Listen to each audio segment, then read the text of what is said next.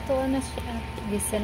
Sinasapin na natin. Lagyan natin ng konting tubig. O nilagyan ko na.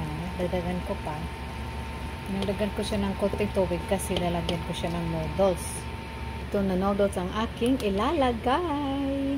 Kuluin muna natin ito. Nilagyan natin ang carrots.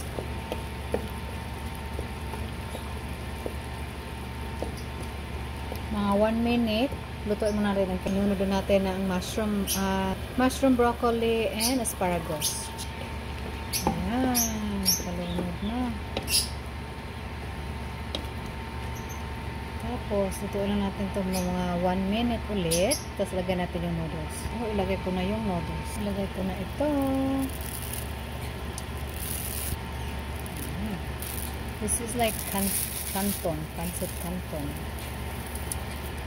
It's a Canton noodles orient.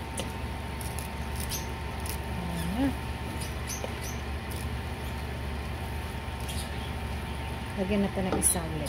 Isa. Nunod natin ang cabbage.